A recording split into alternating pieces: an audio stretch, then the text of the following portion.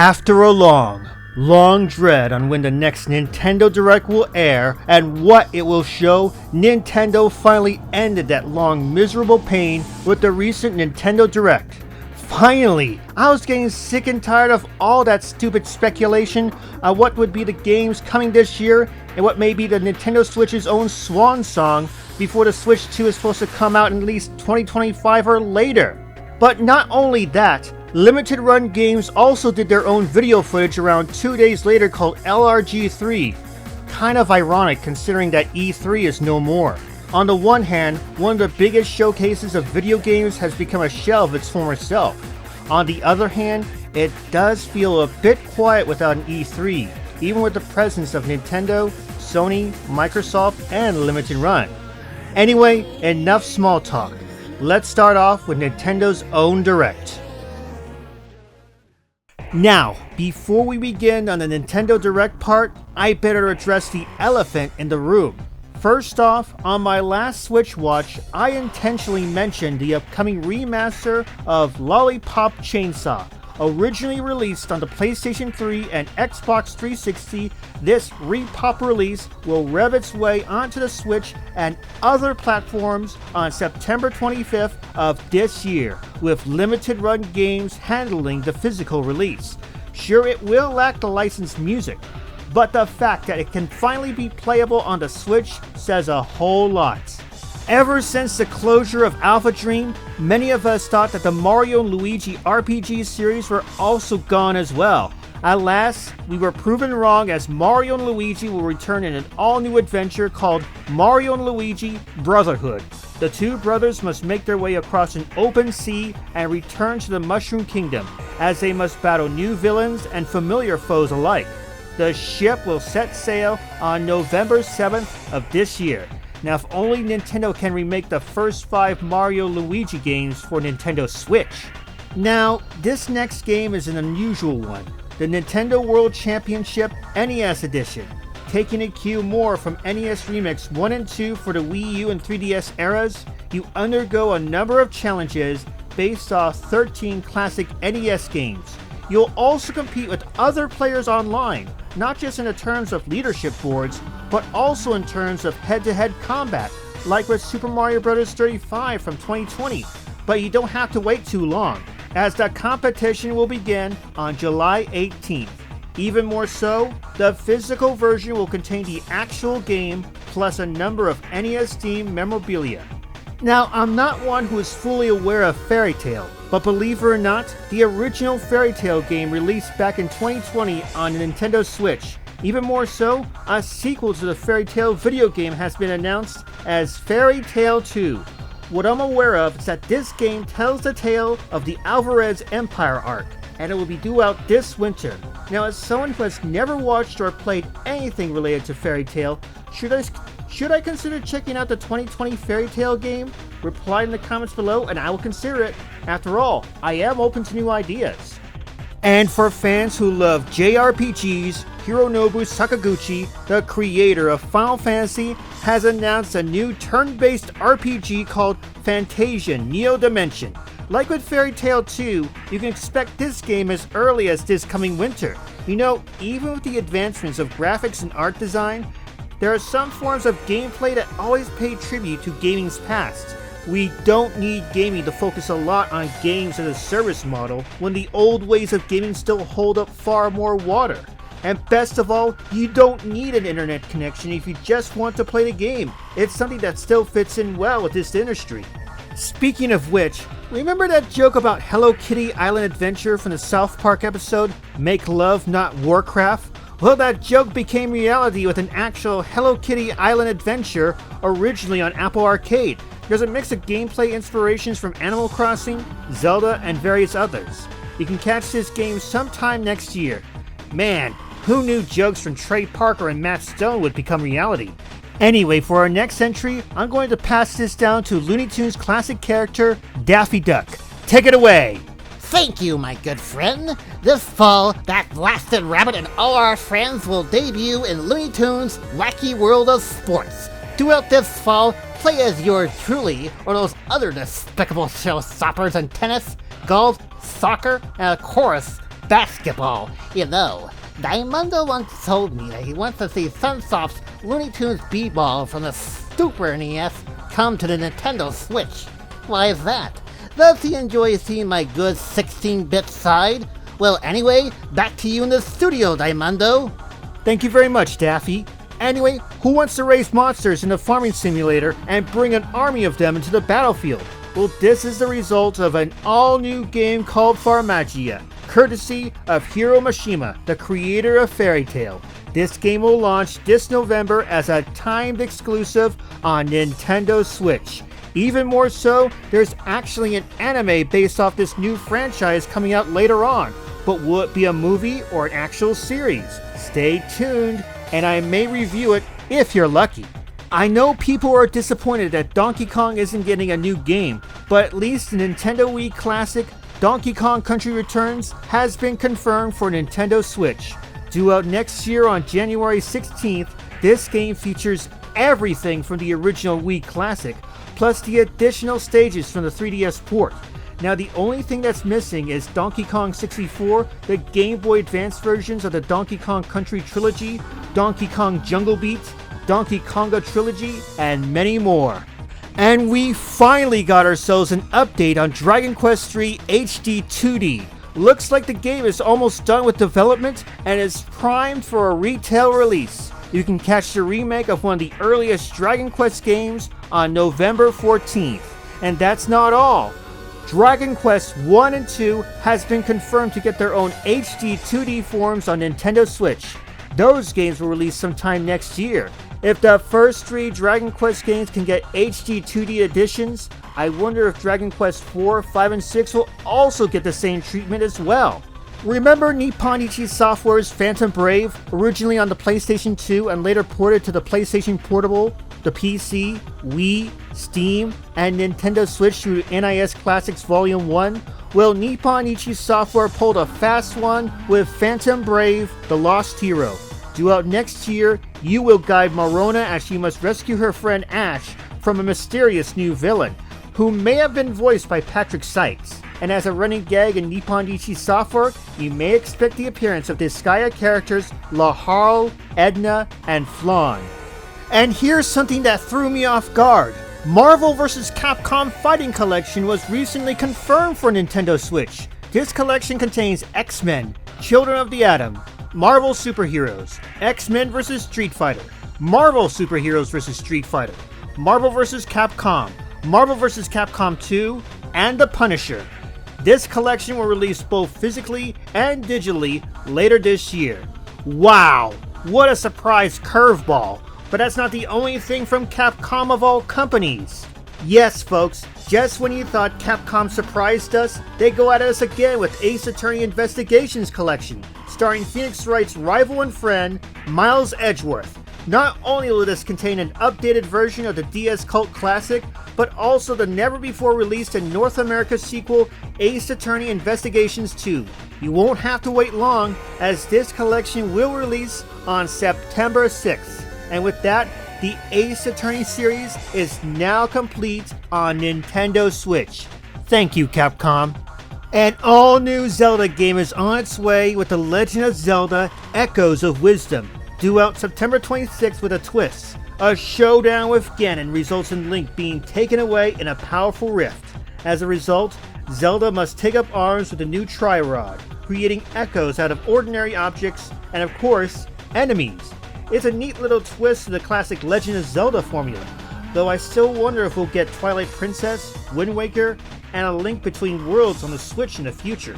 My fingers are crossed, and I hope you like more original ideas, because we have a new game coming out from the creator of Danganronpa, the 100-line Last Defense Academy, a new strategy RPG due out sometime in 2025. Play as Takumi Sumino.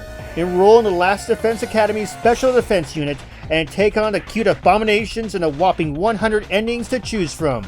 You know, with all these horrifying monsters in this game, it's as if we've been cursed by the Teletubbies or Barney the dinosaur. I get nightmares for these kind of things. And to conclude this part, after many years, we finally get a trailer for Metroid Prime 4 Beyond. Due out next year, this game appears to take place after the events of Metroid Prime 3 Corruption.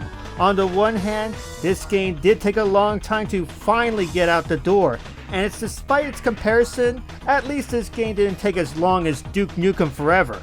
But on the other hand, I still wonder when Metroid Prime 2 and 3 will come to the Switch. I know this is supposed to feel like the swan song era of the Nintendo Switch, with the successor right around the corner. But at the same time, it looks like Nintendo isn't slowing down with their iconic system. But anything can happen, and only time will tell what new tricks Nintendo will have up its sleeve. Now that the Nintendo Direct is covered, let's take a look at my favorite moments from the limited run games announcements. Minus Lollipop Chainsaw Repop, since we already covered that. In fact, our focus will be more on the upcoming remasters and remakes coming to the Switch. First up, Star Wars Dark Forces. Released back in February of this year, this first-person classic from LucasArts has been given a graphical overhaul, courtesy of Night Dive Studios. This game is the first tale of Kyle Katarn, the Imperial agent turned rebel hero who would later be a Jedi in the Jedi Knight trilogy. Not only are the graphics, effects, and resolution bumped up, but an all-new playable level was added to this already excellent masterpiece. All we need is Jedi Knight Dark Forces 2, and we will be complete. Second off, our third Valis, the Phantasm Soldier Collection, was confirmed for a physical variation. Released back in January of this year, this collection includes Valis, the Phantasm Soldier based off the PC 88 version and the NES version, Valis 2 on the MSX2, Valis 3 on the Sega Genesis, and Super Valis 4 on the Super NES. This is one of those moments where you have to appreciate seeing more obscure games on the Nintendo Switch, similar to others like Darius and Turrican. It's what makes gaming unique and interesting. Speaking of which, ever heard of Fighting Force? Eidos and Core's beat-em-up game that started as an intended sequel to Streets of Rage before gaining its own identity on the PlayStation 1 and N64? Well, now that and a sequel has been confirmed in an all-new collection, courtesy of Square Enix. You can expect this collection sometime in 2025. Now, can we get Square Enix to port Ein Honda to modern systems? Yeah, that was an odd game from the House of Final Fantasy, but I know it was an awesome title that deserves another chance in the spotlight. And do you remember back in 2018 when Wolfenstein 2 released on the Switch with an incomplete physical version? Well, Limited Run and Bethesda decided to throw you all a bone with an all-new, far more complete physical version of Wolfenstein 2: The New Colossus. If you were disappointed in the original physical version, well, now you can get rid of it and get the full experience, DLC included, on one cartridge. Which reminds me, why is Wolfenstein: The New Order not on Nintendo Switch yet? Bethesda? Microsoft? I'm waiting! And after all these rumors on the internet, Beyond Good and Evil is getting a 20th anniversary edition all across the board. Though as I speak, this game may have been released right now because of how unpredictable the gaming industry can be and how late I was to releasing this video. But who cares? It's another obscure video game that deserves more attention in the spotlight. And we need more of these. In fact, aren't we due for a release of Prince of Persia: Sands of Time remake? Ubisoft? I'm waiting. Now, I'm not one who's ever played a single game in the Hitman franchise, so it does come to a bit of a surprise that Hitman: Blood Money, originally on the PlayStation 2 and 3, Xbox Classic and 360, and Windows, was also on this list as Blood Money Reprisal. This remaster originally released back in January 25th, 2024, and it took players in the shoes of Agent 47, adding in features from the world of assassination. That being said, I wonder if I should get this game in the future, and if other Hitman games would fit well on the Nintendo Switch. Last year, we got word that a Gex trilogy was being made for modern systems. Now it looks like it's finally coming out, and while we don't know when this collection will be released, what we do know is that it will contain the 3DO game that started it all, along with the PlayStation 1 versions of Gex, Enter the Gecko, and Gex Deep Covered Gecko.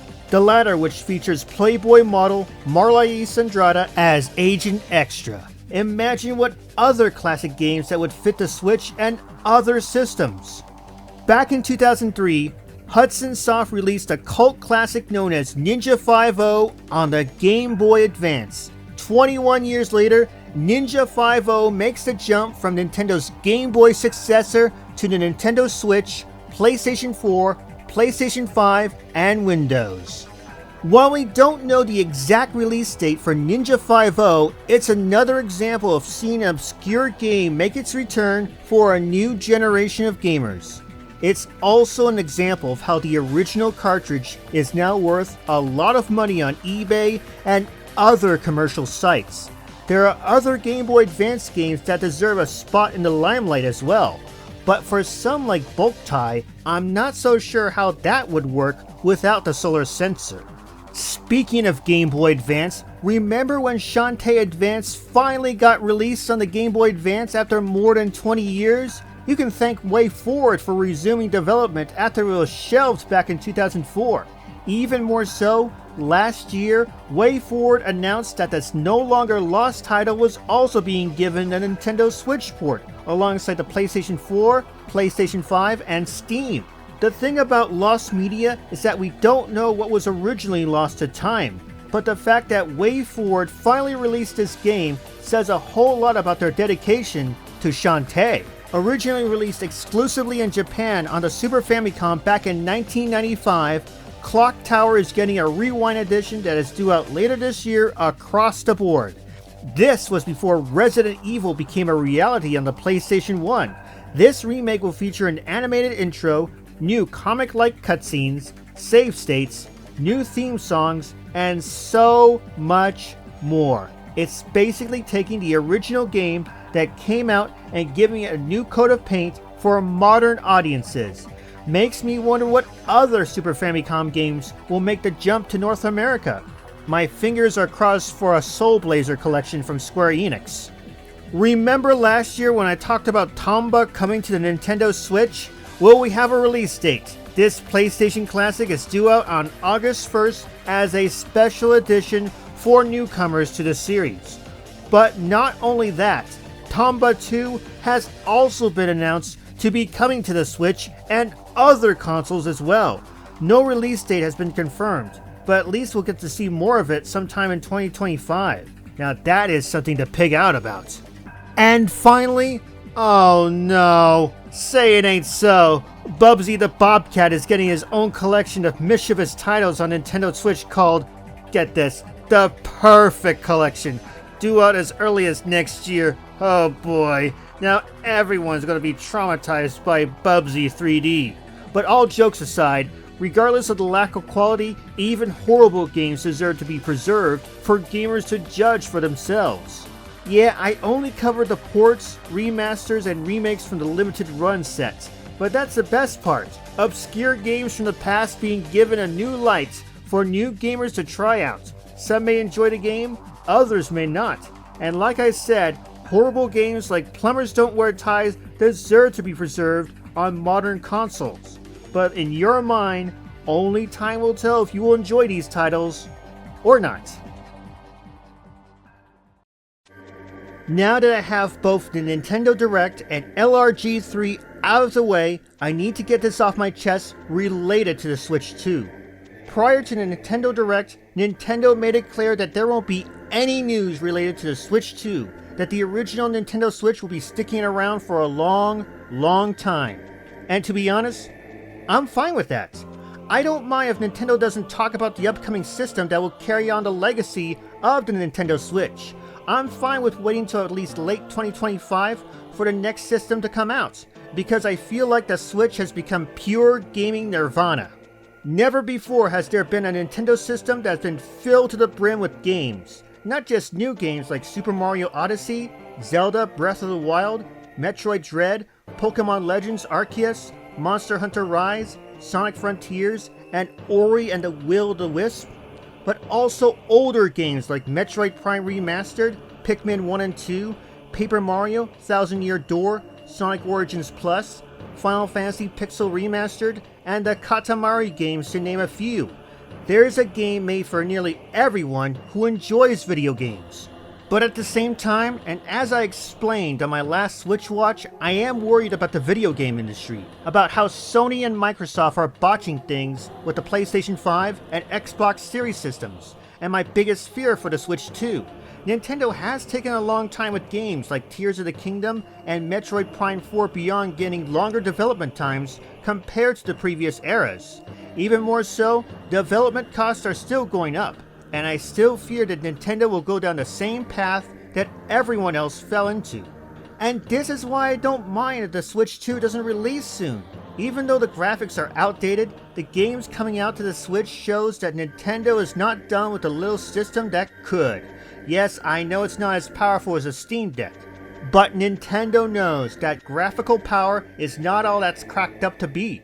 The original Game Boy is proof that you don't need the latest in tech just to provide a good game. It wasn't as impressive as the NES, Sega Game Gear, Atari Lynx, Turbo Express, or Neo Geo Pocket. But when you have a company that works within the limits of the system itself and creates masterpieces for everyone to enjoy, that's what matters the most. Because of the problems going on with the industry, I don't think we're ready for the Switch successor. I think it's still too early, and I don't want Nintendo to rush things for the sake of cutting-edge tech.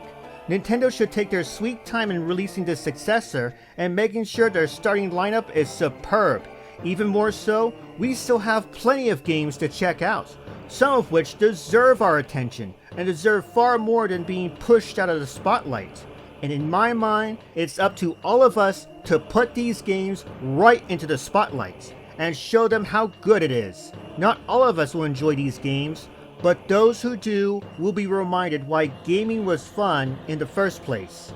And even despite that, I still think we're in the twilight years of the Nintendo Switch. There's still plenty of life within this little system, and only time will tell how the Switch reaches its grand conclusion before we move on for good. My 100th Switch watch is right around the corner. I will discuss 20 games that would fit either the Nintendo Switch or the Switch 2.